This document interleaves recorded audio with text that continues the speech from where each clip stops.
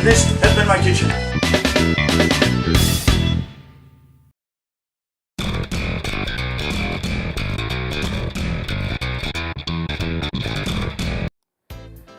Good afternoon, this is SonicBlu for you with SonicBlu for Cooking with SonicBlu. I'm already messing up. I haven't done one of these in a long time because I haven't really had access to my kitchen in a long time.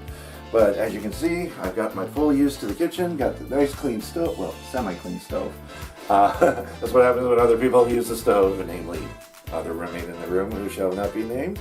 And we have 3 different kinds of meats here. We have celery, we have carrots, we have a big stock pot. My God, what are we going to do today? Well, I'm going to tell you.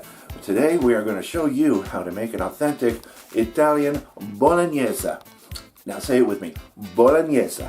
Bolognese is a traditional Italian dish made by the people, the beloved people who know what good food tastes like in the heart of Bologna, Italy. And what we're going to do is we're going to recreate their prized recipe.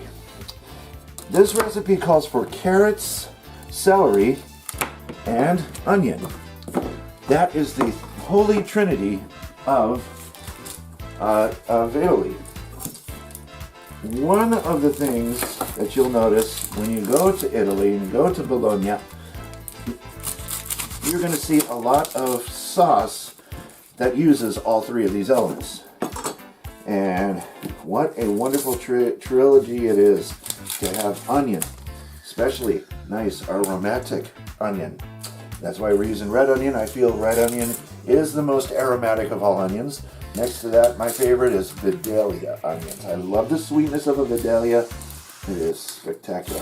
So what we're going to do is we're going to peel off the outer layer of this onion. We're going to cut it in half. And then what we're going to do is we're going to chop this up very, very finely. So we're going to start by cutting them in very thin slices like this. And we're going to go carefully now because I want to make sure if I go too fast, then I get too careless in my cutting and I don't get the size of cuts that I need if I go too fast. So I like to take my time, make sure that every cut that I make is exactly what I need. And one thing about working with onions, well, yeah, that doesn't look too good. One thing about working with onions is if you have a high tolerance for cutting onions without it making you cry, well, there's a secret behind that, and I found out that it's not the onion itself that makes you cry, it's the juice of the onion that makes you cry. Having a very sharp knife will eliminate the chances of you crying when you're cutting onions. So if you have a very sharp knife, it cuts right through, the juice stays with the onion. If you have a dull knife, pushes that juice right out there and starts tearing it up because you're going to be crying. You're going to be crying for a sharper knife. So now what we got, half of our onion here, we're just going to take a small pile of that. Don't want to do too much all the time, the whole in one go. We're just going to go like this now. And we're just going to go right down the line. Get out of the way, carrot, or celery. Celery! You're a celery, you're green. So we're going to chop these up finely.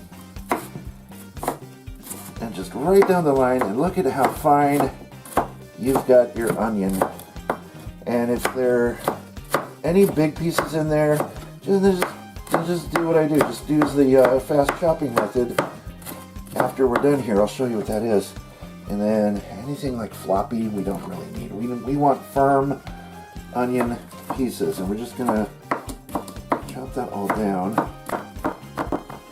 Okay. Oh boy, look at those big pieces there. Woo. All right. So now that you've got most of your onion finely diced, we're just going to make sure everything is finely diced by just going over what you just did and doing like this. Very nice and easy. Make sure you get all of those big pieces down into small pieces. Getting all that skin out of there, get that out of there. Okay, continuing on. Why do they have to be finely diced? Because in a good bolognese, first of all, you must bear in mind that everything is fine. Everything is fine. You don't want to bite into your bolognese sauce and go crunch, crunch, crunch on any of the vegetables that you're going to be using. Now, traditional bolognese is also a very simple sauce. It only requires the most basic of ingredients. You don't have to go too fancy, especially in seasoning your meat. All you need is just salt and pepper. That's all. You don't need basil, you don't need oregano, you don't need any of those basil, you don't need any of that stuff. Because it will do just fine with salt and pepper, no garlic needed. And I'll tell you why, because the people along you do not use garlic. Don't ask me why, they just don't. So, in making a traditional bolognese, you don't need to add garlic. So that's half the onion. I'm going to go over the second half of the onion now. Over here. Whoop, there's a spare piece of skin. Get that away, get that away. And continuing on. Now, normally, I also like to use shallots. Shallots are a more vibrant flavored version of the onion. They're smaller. They're also more firm.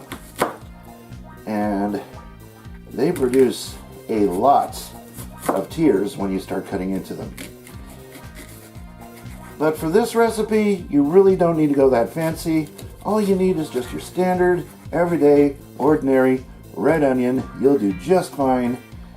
Nothing fancy, nothing too out of the ordinary. And this big fat piece we're just going to cut into. So, first things first, we're going to take our onion over here. And we're going to reach for our extra virgin olive oil. And we're going to get probably about a good couple of teaspoons, just enough to cover the bottom of that, and then a little bit extra. I'm going to swirl it around the bottom here, and if it coats the bottom of the pan, or the pot rather, and you see excess, then you can actually kind of play with the amount and see if you need a little extra. And I think I will add just a little bit more, just to be on the safe side. Good, that should do it. What we're looking for is a way to caramelize these onions.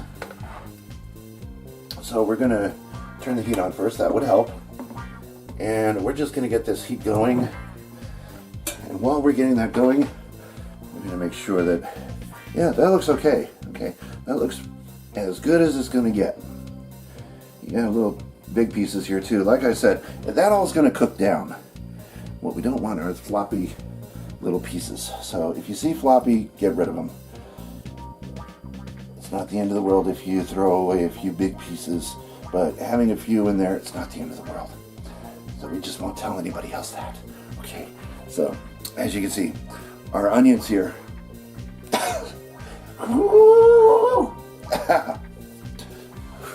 Make you want to cry. I don't have my crying towel. Where's my crying towel? Well, it's in the laundry, and I never got a new one out. So it's tear-faced Johnny for a while, even though my name's not Johnny.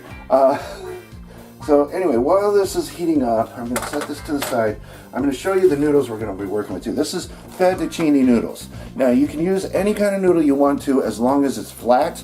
Fettuccine can be used because it's more common of the noodle, and we're using fresh fettuccine. But little did you know, you can also use anything tubular, like rigatoni or penne, and that's what we're going to be using. But one thing you do not ever, ever, ever want to do with a bolognese: never use spaghetti. I'll tell you why.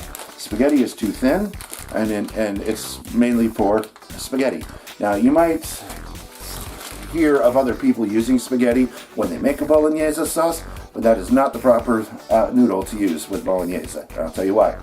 Because you want a noodle that the sauce is going to stick to, and it doesn't stick to spaghetti. It will stick to it will stick to fettuccine. It'll stick to anything tubular, because what's going to happen is the meat and the sauce will go inside the tubes and actually produce an all-new experience in your bolognese. All right, we are getting warmed up. As you can see, our olive oil is thinner. That means it's hot. Let's get these onions in. All right, carefully with the onions. Listen to that sizzle. You know you're ready. Oh yeah, you know you're ready. Listen to that sizzle. All the onions going in. This is one large red onion, folks. Nothing more, nothing less, because the amount of bolognese we're going to be making calls for 3 pounds of beef, which means normally we only use 2 pounds, but we're doubling up on the recipe because we're a hungry crowd, and 2 is just never enough. Take my wooden spoon here, and we're going to mix that around. Down to food. Alright, now our onions are looking really good in that pot. Now this is what is known as the start of our sofrito. And I'm going to tell you, sofrito is the start of your bolognese sauce. Sofrito is the mixture of onion, celery, and carrot all together. Here's our carrot going in.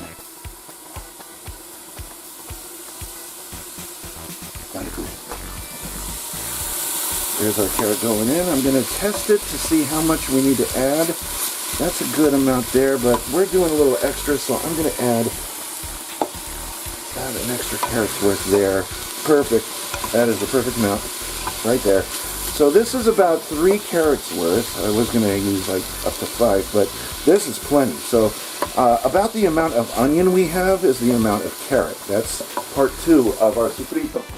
Part 3 is going to be the celery. Now watch how we do celery. We're going to cut the ends off. Make sure that there are no leaves, no branches, no trees. So you're nice with a nice, beautiful stalk. We're going to cut the stalk down the middle in half. Like so. We're going to do the same thing with all of our other celery here. And we're going to cut it right down the middle. This is how we start our celery, right down the middle. Okay, cut the ends. That one's already cut, so right down the middle. Take the knife, right it down. Right on down. That one's already cut off that end. Cut off that end. And then right down the middle to the tip and just go right down the middle of that rib, and then there we go. That one's already cut off too. And cut that part off. And then again, right down the middle of your rib. Okay, now, first things first, we're going to cut these all in half. Right down the middle. Make them shorter. It'll be a lot easier to work with when you got, for julienning, shorter celery. Now, we're going to just cut them into just little strips, being very careful when you do this. So you want to grip them at the top, slide your knife down, and you got julienne strips. Do the same thing with this rib. Cut on one side, and that's pretty good right there. That one went in half, so do the same thing with this one. Just cut it right in half there. Julienne strips. Julienne strips, no strings attached, thank you. And working with smaller slices of your celery makes it a lot easier to control. A lot easier to line up that way too, and then you can practice proper control in chopping your vegetables. So however you can make it easiest. We're just going to cut these now down into strips, and then we're just going to gather a few strips at a time and go until we got a finely diced celery. Okay, right like that. Down the middle, and some of them will even be wide enough for you to do it twice. But if it's too thin, then don't bother. Just do like that. Yeah, keep on going. right down the middle if you have to. It's a lot easier that way. Right down the middle, right down the middle. And this will finally dice. Oh, that one's already pretty much skinny mini as it is. Alright, right down the middle, right down the middle. Okay, and when we're done with this part, we're going to check on the vegetables we already have in the pot. And we are going to give them a good mix. Turn that heat down, because now that we got a hot pot, this one's wide enough we can do into threes. 1, 2, and 3. There we are. Okay, and that one's still can be chopped down. So go over your pieces, make sure that if they can be cut in half again, do so. But if they can't, yeah, it's no big deal. They're all going to be finely chopped. Perfect. Now let's check on the vegetable. Check out the vegetable over here. Make sure we're not overcooking. That's looking beautiful. That is looking very, very beautiful. Look at that. Beautiful. Now wait till we add the celery. Come back over here, and we are going to take as much of the celery as we can. We line it up with our knife by tapping it and making sure everything falls into place. And then, watch this. Finely chop our celery. Finely chop. Just little by little. Take your time. Don't rush it. Right down. And look at our celery. Perfect sized pieces every cut. Look at that. Nothing complicated at all in making a bolognese. It just takes a lot of prep time and a lot of cook time. Cooking time for a typical bolognese is 3 to 4 hours, depending upon which side of Bologna that you're on. If you're on the good side of the tracks, a good bolognese will take you 4 hours. If you're in a hurry, at least go 3. At least 3 hours. But expect a lot of cooking time for a bolognese. Okay, now make sure all of that is finely chopped. And that looks pretty decent. I'm going to give this side, because this was close to the end of our chopping spree, so I'm just going to do like we did with the onion here and chop that down even finer. These pieces up here are perfect. And there's a big piece there. So try to eliminate all the big pieces you find. And that looks perfect. Look at that. Look at that. So perfectly diced, fine diced celery. And now, into the pot it goes.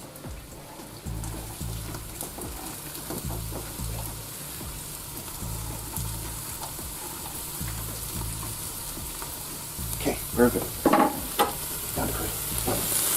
Now, you see the red, you see the green of the celery mixing with the orange of the carrot, the translucency of the onion, and that is all we really need for our sofrito.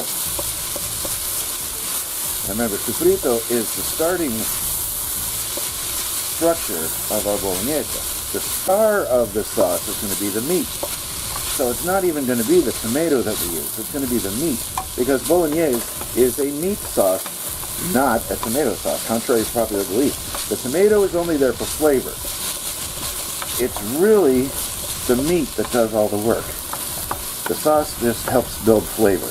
Okay, so give that a good mix. Now we're going to turn this down to about a medium low. About a medium low. We're going to let this simmer for just a little bit. And if it gets too hot again, we can always just pull this off with a hot spot, let it cool down a bit, and then throw it back on when we're ready to mix in the meat. And that brings us to the meat. We're going to get out our skillet. Hopefully this should be enough. Should I get a deeper one? I should get a deeper skillet. Nope, that's a bigger skillet. There's my deep skillet. There it is. There's my skillet. Okay, it has no handle because it broke, and I have not discovered a way to fix it yet. Here's that handle. I still have the handle, I just need to fix it. So, in the meantime, we're going to get this started. And I'm going to show you the meats that we're going to be using. So I'm going to get that started with a little bit of olive oil, just a little bit, Because remember, all this meat's going to have a lot of fat, and that's going to combine with your oil. The oil is going to just help, you know, kind of make our pan more non-stick. I'm going to add a little bit more. Just coat the bottom of the pan. You really don't need that much, but just enough to coat the pan and get the meat started. Okay, come on, coat. Oh, okay, yeah. There we go. Okay, now we're getting somewhere. Now, we are going to take our... Now, I'm using 3 different types of meat. Now, let me explain the types of meat you can use for a Bolognese. Bolognese actually offers you the chance to diversify, just a bit though. You can use ground beef. Ground pork is traditional, but you can use ground beef and ground pork. You can use ground veal. You can use ground... where's my spoon? There it is. We'll just borrow the spoon. Okay. You can use ground veal. You can use ground pork. You can use pork sausage, which is what we're doing. But whatever you use has to be chopped down as good as possible. We don't want any meat chunks at all. We want a solid meat sauce. And that means all your meat that you use must be chopped down. No big pieces. Cooking the heck out of it means also that you have more time to chop down all your meats. We're going to add on a pound of fresh pork. This is fresh ground pork. And we're going to add this to our pork sausage. And it's going to give us that extra pork flavor that normally would come in your Bolognese.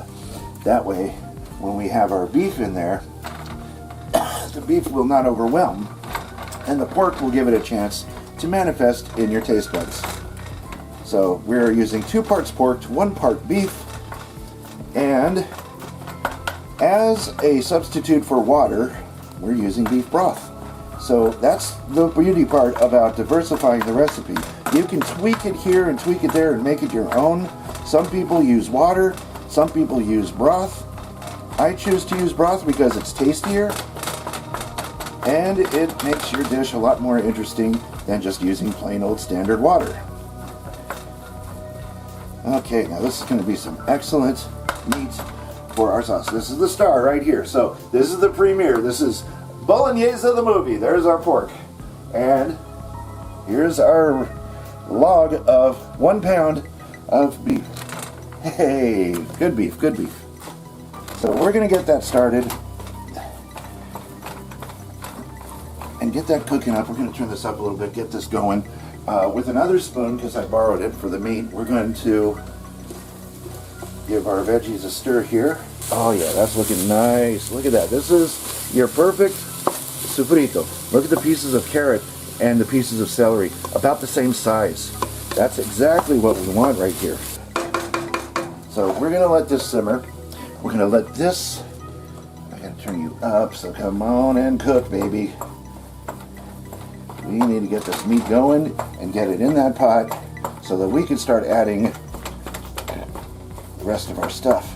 So we're going to add the meat first when it's browned, and we're going to go the extra mile. After it's browned, we're going to drain it, then return it back to the skillet and cook it some more. And the reason being is because you really want to have good texture to your meat. You want it to singe. You want it to be nice and crispy. You have a nice crispy outer side to it, so you cook it a little more than what you would normally cook in a traditional tomato sauce or tomato meat sauce that you use for spaghetti.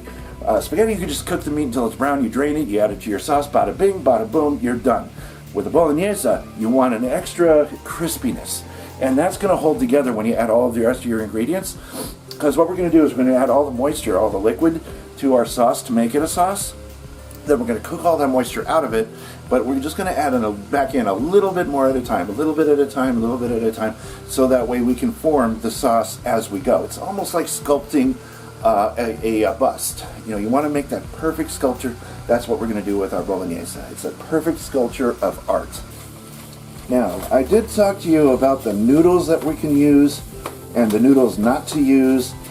The best Italian noodle that you can use, there is an Italian noodle on the market that is, I'm not quite accustomed to it, because number one, I hardly ever see it in the stores, and number two, there's really never been a need for me to go out and get it unless I am making a bolognese. But other than fettuccine, because I'm using fettuccine, it's more common. You see this in the store a lot. You can use, there's a bigger, flatter noodle out there, and you can use that. That's the prime noodle. In fact, if you do find that noodle, that's the prime noodle for making bolognese. So fettuccine is more common. If you find it in the store, especially fresh fettuccine, get it and add it to your bolognese. It'll be just like walking into the back streets of Bologna. Oh yes. Okay, let's leave that be for just a second. There's a big red piece on that back. Let that sit there, and come back to our sofrito. It is just beautiful. I mean, the aroma. There is nothing finer than the aroma of a good sofrito. And that is just the starting lineup of what you're going to be smelling when all of this comes together. Oh, the sofrito mixing with the meat, mixing with the red wine. Yes, we have red wine. We are using a Pinot Noir.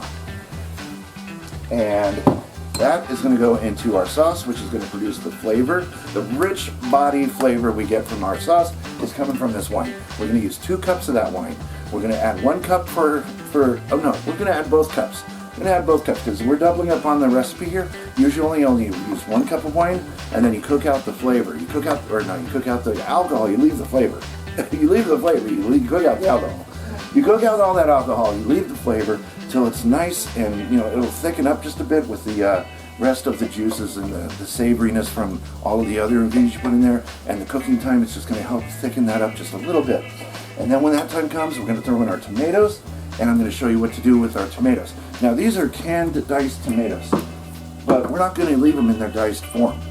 No, we are going to do something extraordinary with those tomatoes, and we are going to crush our tomatoes. Now you can use fresh tomatoes, but they're a lot harder to crush that way because they're firmer.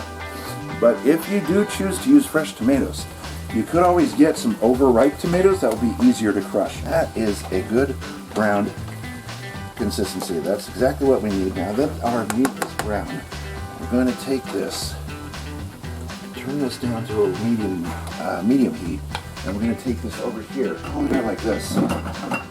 It's very fine mesh, so you use a colander that has fine mesh, and that way when we push all the fats out of our meat, we won't push any of the meat out of the colander.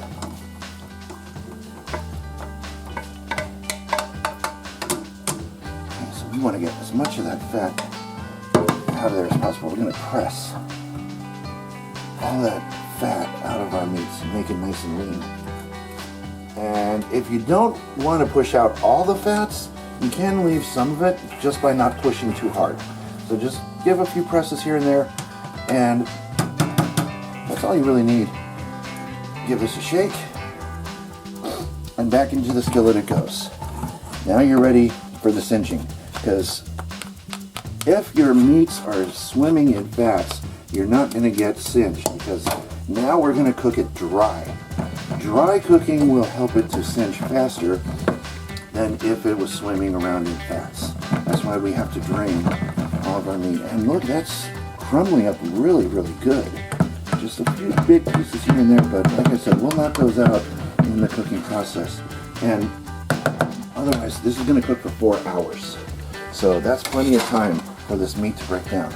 Now we're going to turn this back up again to where it was.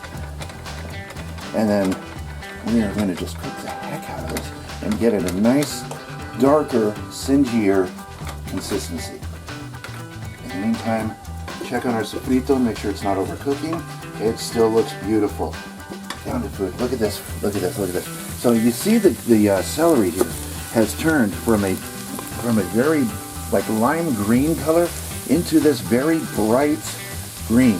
And that's when your sofrito is ready. You can always tell when your sofrito is ready when your celery lightens up in color. Your carrots are going to remain the same color. Your onions are always going to be translucent even if it's not ready. You look for your celery. Your celery will be your indicator. If it changes to a lighter green color, your sofrito is ready for the meat. They're just not ready for the meat to go into the sofrito yet. But that celery is still going to remain its color because we turned down the heat just so that our meat can kick up a few notches.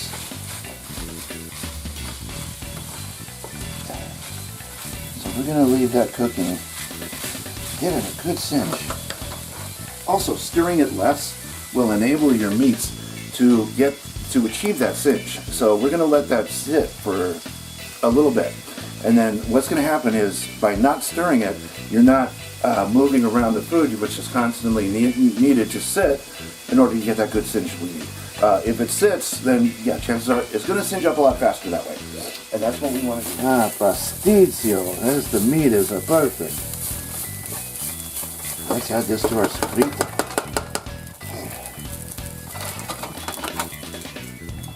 Whoa. Easy does it, easy does it, easy does it, easy does it.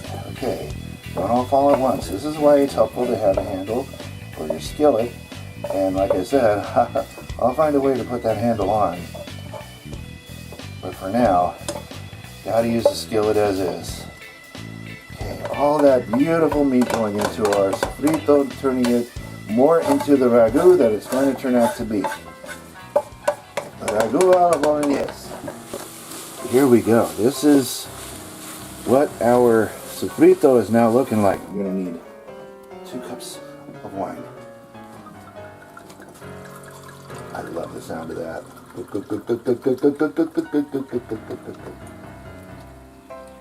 There's 1 cup of our wine. Oh, listen to that. The sound of relief coming from our ragu. That's 2 cups of wine. Okay, let's give this a stir and see what that looks like. Oh, it's starting to really smell good. Okay, we actually might need, because of the amount of meats that going in here, we might actually need 3 cups. Yeah, let's do 3. So we are doubling up on the recipe after all, so 3 cups. Oh yeah, perfect. Okay, so you see the wine is coming up from the top. That's what we want. That's a good indicator right there. You see the wine? You can see the wine when you stir. That's the perfect amount. We're going to let that cook. We're going to let that cook for a while. We're going to turn this back up to a 7. We want to get this thing cooking. So let's get all of that wine and all that goodness, that alcohol cooked out of our meat sauce. In the meantime, let's work on our tomatoes, because that's going to go in here pretty soon.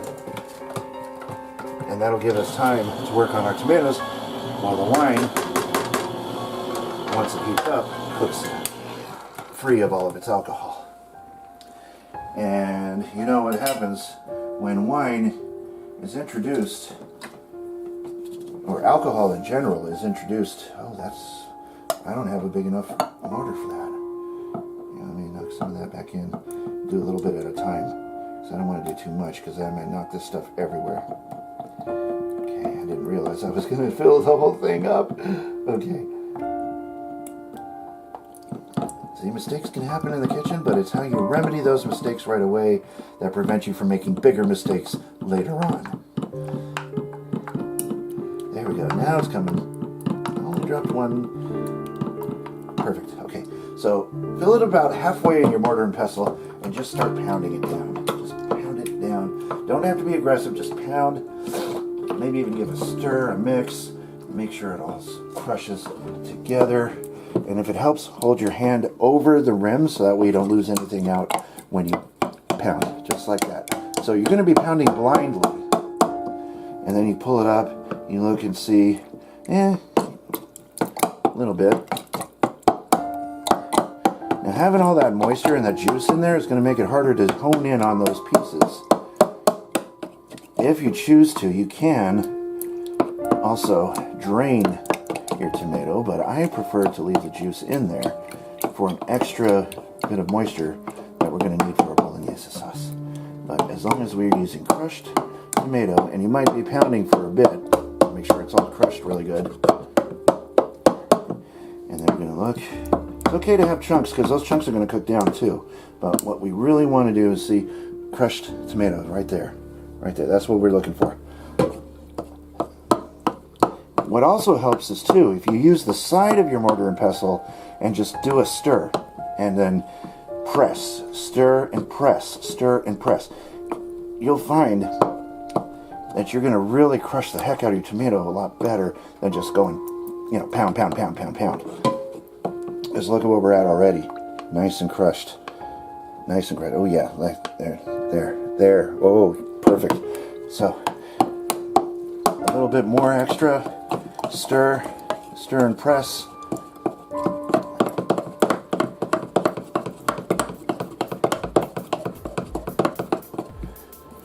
That can go back in the can. Okay, that should be good enough. Okay, now let's get a bowl. There we go. Crushed tomatoes. We're getting there. See, this is why it also helps to peel your tomatoes if you're using fresh. And I know these diced tomatoes still have the skins on some of them, but that's okay. As long as your majority, you know what? This is a lot, a lot easier. Why didn't I think of this before? Why did you need a mortar to put them in when you got a mixing bowl? You just use your pestle on it. Why didn't I think about that before? That is a good idea. Look at how fast those are crushing. Look at that. Look how fast that works. Holy cow. We made a discovery, folks. So this thing, we really don't need. This is for smaller tasks. For bigger tasks, we need a bigger work environment. All right, keep on crushing. And here we go. Oh, wow. Oh, I just got a whiff of this stuff, folks. Oh, it's heaven. It is heaven. Oh, it is heaven in a stock pot. Let me tell you, folks, this is starting to become a beautiful, nice aromatic sauce. This smell is just wonderful. Oh, beautiful. It is beautiful. Wait till we get the tomatoes in there. And it's not quite ready because when I went in to sniff, I could still detect a little bit of alcohol there.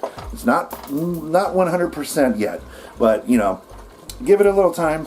I did add 3 cups of this stuff, so let's get all that alcohol to cook down, and then we're just going to let that sauce just kind of turn it. And then you notice that when you're left with the when you're cooking with wine, especially, that sauce, I mean the liquid isn't red anymore, because it's combining with the juices of the meat that we added, along with the remnants of the oil, the extra virgin olive oil that we added first to make our sofrito, and that's all combining together, and that's why you don't see red anymore, because most of the things you're seeing are the rest of those juices that we didn't press out of our meats, because we wanted just a little bit of fat in there, not 100% fat free, but just enough to help us process vitamins. That's what fats are for. They help process vitamins throughout the system, throughout your human system. That's why dietary fats, are very important to have in your diet. Because without fats, there can be no process of vitamins. I found that out on Julia Child's show. She told me that. Okay, so we're going to let that kind of just cook in. Okay, I smell a lot less of the alcohol, more of the meats. Okay, a little bit longer on that, and then in the meantime, I'm going to open up our tomato paste. We're going to probably use this whole can of paste. The paste is going to help thicken up our sauce so it's not going to be too watery. This is a thickening agent made strictly out of tomato and other congealing substances, and I'm going to need my rubber spatula for this end. Okay, but not right now. I just wanted to get it ready. Okay, and then the salt I have for making the salt water for when we boil our fettuccine. That's going to be for that. So let me give this another good whisk. You also notice too that our meat has crumbled down quite significantly when we added that wine. And that's another purpose of that wine. It's going to help break that meat down. Let's just take another whiff. Okay, so now I'm starting to smell the meat again. So now I think it's a good time we can add our crushed tomato. I'm going to go over this one more time, just make sure I got it all. It's going to meld into the sauce. It's not going to be as chunky with the tomato when it's done. But that's good enough. Alright, perfectly good crushed tomato going in. Alright. Okay, that part. Let's stir in that tomato. Get that to be mixed in. Okay, now we're starting to develop, and you'll see a lot of those tomato chunks come just right up to the surface, but that's all going to be cooked out once we press them all down. Try to crush as many with your spoon as possible too, and get them to sink down into our mixture here. That's perfect. Now, we're also going to add, for flavor, 1 cup of beef, no, 2 cups of beef broth, because we're doubling up on the recipe. So it's normally 1 cup, we're going to add 2.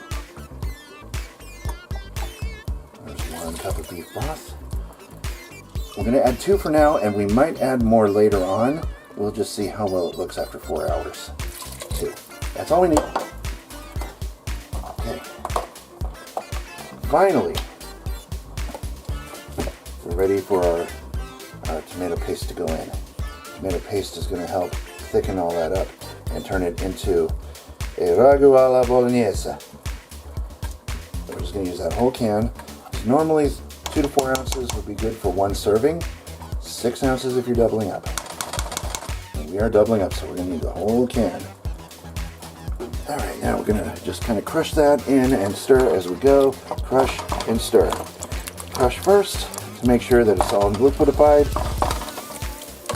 Almost like turning a roux into a liquid, and then we're going to stir all that down.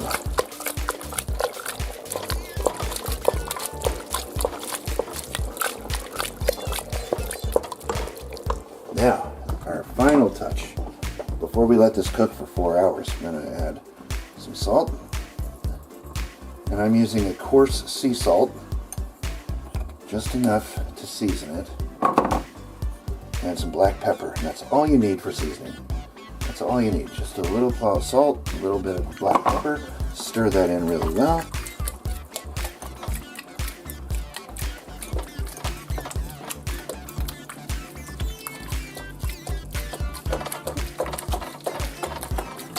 And then we are going to let this cook for 4 hours. So that's all we need to do for now.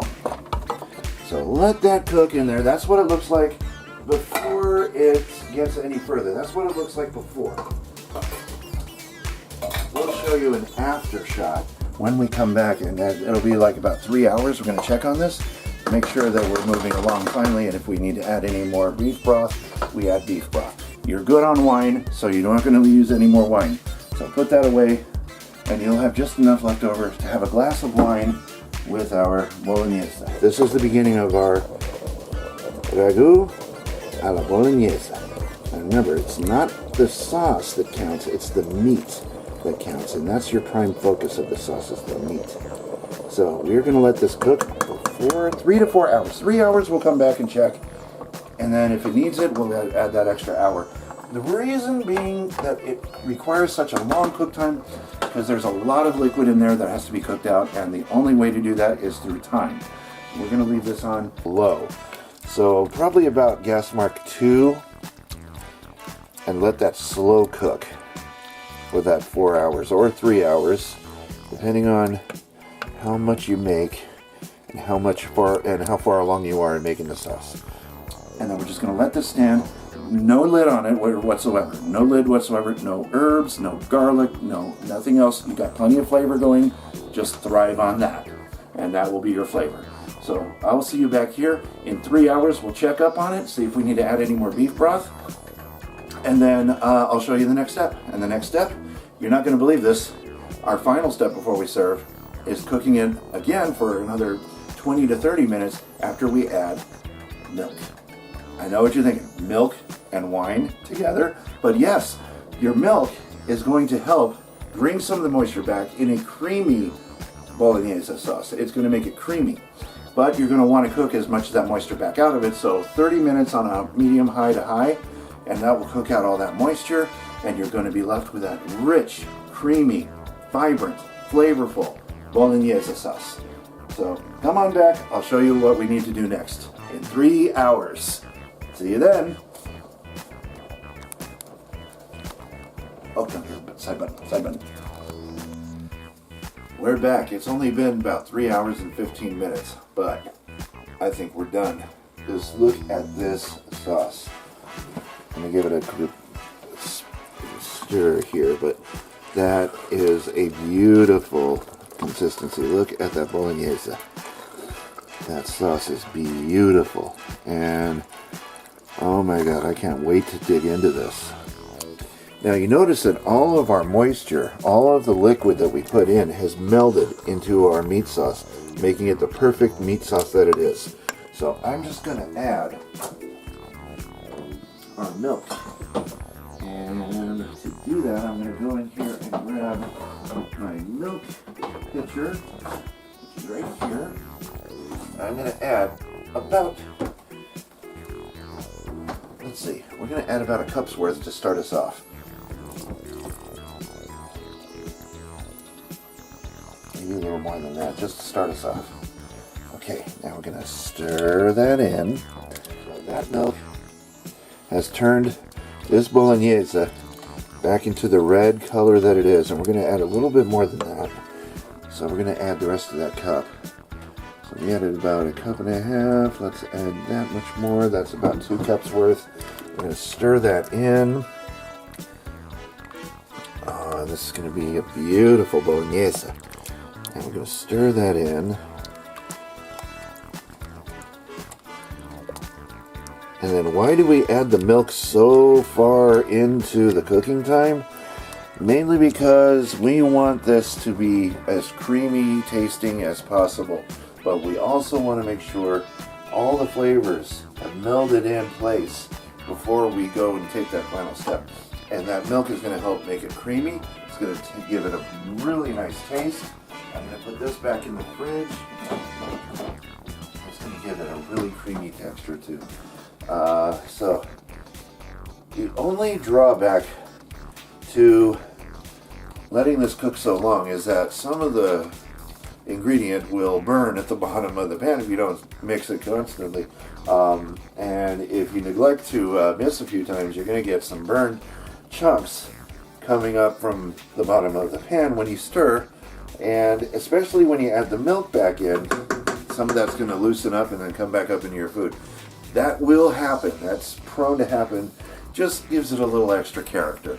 But try not to do that, though. That's the big thing. So, but if it does happen, it happens. It happens. It's most likely to happen, and if it does happen, it'll happen. But, now that we've added the milk, we're going to turn this back up to 4. Medium, about a medium-lowish heat. And we are going to let that milk cook back into our sauce. Let it thicken back up again. And then what we're going to do in the meantime is I have a pot of water here that we're going to salt. I'm just going to salt this and make this a salt water. And this is going to be for our penne. And then we're just going to add a touch of vegetable oil to this. This is going to help prevent the noodles from sticking. So you're just going to get a nice pouring of that. And then we're going to do the same to this pot here. This pot is going to be for our fettuccine. A little bit of salt water and the rest together. And of course, add just a little bit of that oil in here. There we go, perfect. And so we're going to get that to boil. We're going to get this to melt back in. Give it another stir. And that is looking really, really good. It smells good. It feels good. It looks good. Everything you like in a Bolognese, it's going to come together when you taste it. This is going to be so good. Okay. So we're going to let that sit. And then while we wait for our water to boil, this is going to be the skillet. We rinsed it out pretty quickly.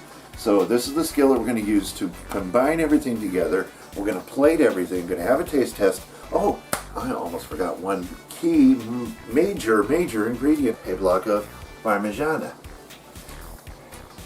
You need real shredded Parmesan cheese to go on the top of that, because otherwise, how are you going to enjoy Bolognese without it? It's like going outside naked. You just don't do it.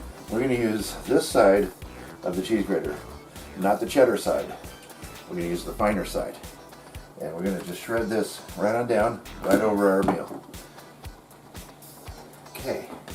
So now, as you can see from the sauce, look at that around here. That's the milk that you can see coming back up again. So we're going to stir that back in. Just keep stirring. Yeah, you can see some of the burn has come up.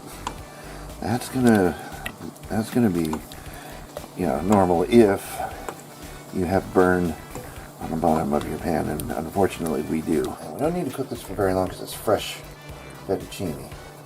So just get that down into the boiling water, let it cook a bit.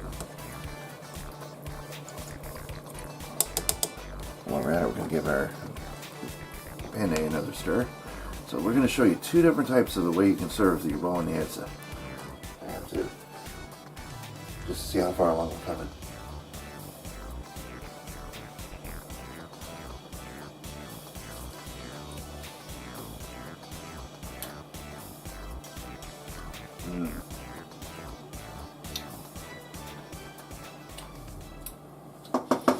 Could make do with a little more pepper.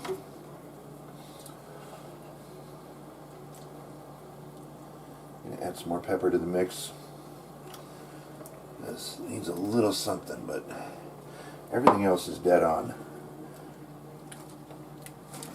Just gonna stir that black pepper back into it. But it's tasting really good so far. Really nice, really nice. Another taste.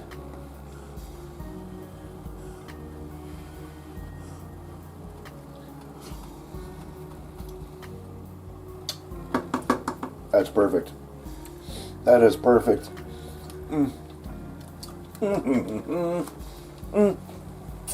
That black pepper sure kicked it up. And now that flavor is dead on.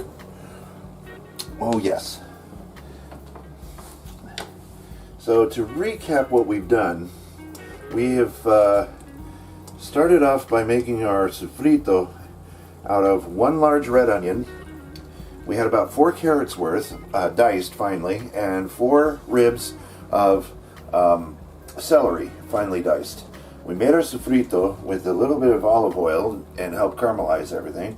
And we waited until our celery turned a very bright green. We knew that it was ready for the meat to go in. We cooked our meat, drained it, returned it back to the skillet, and then we gave it a singe. We added it to our sofrito, making it one step closer to becoming a ragu. We added 2 cups of red wine and 2 cups of beef broth. I ended up using the full 32 ounces throughout the cooking process, and you can do that too. So just add 2 cups for the time being. Let it cook for that 3 or 4 hours. As you're stirring, gauge how much more you need to add of the beef broth. And I added the whole thing. So 32 ounces to this recipe is about normal, but you want to add 2 cups to get it started. Then through the cooking process, you add that the rest of it. Now, we turned the heat down to low before we walked away and forgot about it, but coming back to stir constantly is a good idea to prevent burning on the bottom of your pot. That's one thing that kind of happened here, but hopefully it won't happen with you. Now, right about the final leg of cooking our ragu, we added 2 cups of milk, stirred that in, and let it cook back into our sauce. Let the kind of flavors meld back in. Let the sauce become more of a sauce. And in the meantime, now we are cooking our penne. Now we are cooking our fettuccine. And then we added a little bit of salt and pepper to taste. Of course, needed a lot of black pepper in there because the pepper that we put in there was not nearly enough. And that's all you need to add. You don't need garlic, you don't need herbs, you don't need oregano, you don't need basil or thyme or anything like that. Just for the traditional Bolognese, you just need salt and pepper. and then the rest of the ingredients provide the flavor. So you'll have plenty of flavor going in there. You don't even need those herbs. It's saucy enough, we might not need the excess water. So let me just grab a cup just in case I need it. That's about enough. So always retain just that amount of water, just in case we need it. You never know. And we're going to take some of our Bolognese, turn that up to 5.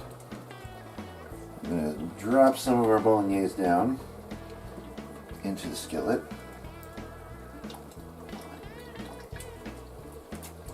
Okay. Then we're going to go in for our fettuccine. Get a nice portion of the fettuccine off the fettuccine noodle. Drop it right on top of that. Okay, now we're just going to give it a little mix. Mix that in. And look how the meat will just stick right to that sauce. It'll stick right to it. See? Look at that, how that sticks. We don't need any of that water. No, we got plenty of that sauce as it is. We don't need any of that water. But it's always a good rule of thumb just to have on the side, just in case. Look at how that sticks. It's beautiful sticking there. Okay. And then we're just going to take some onto the side, put it in there, and then just go like this. I'm going to twist it around a bit. I'm going to take it and drop it right onto our plate here. Okay, we're going to take some of the sauce that we've missed.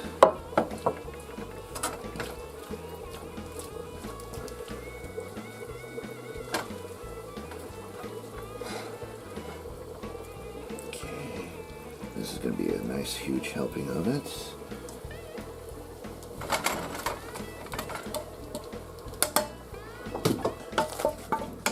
Whoa, started slipping. Okay, just gonna like put that back into our mix here, and we're gonna top with some fresh sauce, some of that fresh sauce on there. Look at that, look at that, look at that, look at that. That is beautiful Bolognese. There we go. And a lot of you like a lot of sauce. I like a lot of sauce. I'm a saucy kind of guy. Okay, beautiful Bolognese. Now, I'm going to take this side of our grater. I'm just going to grate some Parmigiana right over the top. Okay, there we go. A little bit around there, a little bit around there. And there's our beautiful Bolognese with fettuccine. I'm going to grab a fork. I have got to take a taste test of this. So, first bite of our ragu alla Bolognese with fettuccine and topped with Parmigiana. And here is our taste test on that. And notice that meat sauce just sticking right to the noodles. That's the kind of noodles you want. Mmm. Mmm. Mmm. Mmm. Mamma mia, that's good. Mmm. Oh, that is so good. Oh, that is so good. This is better than any spaghetti I've ever had in my life. Whiz Bolognese beats the crap out of it. And yours can too. One more bite. Mmm. Mmm. Oh my God.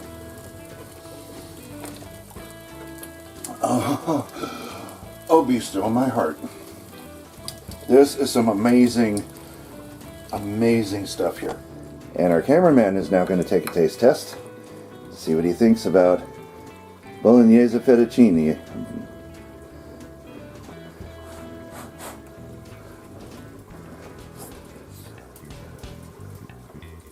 Now, honest opinion, what do you think? Oh my my God, that's fantastic. Did I tell you? You did not exaggerate. This is fantastic, folks. Very, very good stuff, let me tell you. It is no joke here. Oh, I could just eat this all day. And there's our penne version. And well, there we have it. I'm going to try...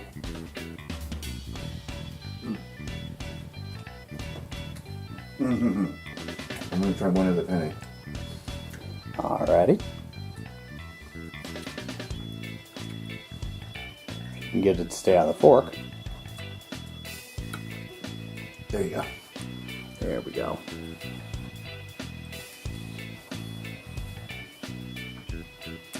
Tastes just as good.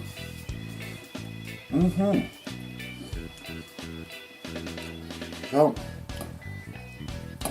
this is probably the most amazing Italian dish that I have ever made. The most amazing Italian dish I've ever made, and it's so quick and easy. No, not quick. It's so easy. It'll take some time, but if you can put up the time it takes to make, I suggest you make it. Try it at least once. Follow along exactly the way we did it here, and yours will turn out just like ours here in the kitchen of Cooking with SonicBlu. Hope you enjoyed everything today. And if you don't believe me, try this out yourself. You're going to love it. Your family's going to love it. And anybody who you happen to know is Italian is going to think that you're an authentic Italian because you've made them some authentic Italian Bolognese. So this is SonicBlu saying ciao for now. And keep tuning in. You never know what we're going to be cooking next. So remember, if you're not cooking good, you're not eating good. And this is some damn good eating. That is a perfect sofrito. Okay, so we're going to let that cook on a little bit lower heat because I don't want to overcook this. Did I get some food on it? Nope, okay. I was afraid I got food on the camera there. Okay, coming from the sausage. Oh, there goes a piece of meat. That's meat abuse. That is meat abuse. Oh, let me get that. Oh, that is meat abuse. Look at that chunk of meat. That's a perfectly good chunk of meat. If something falls to the floor, for God's sakes, don't pick it up and put it back in your pan. That's unsanitary.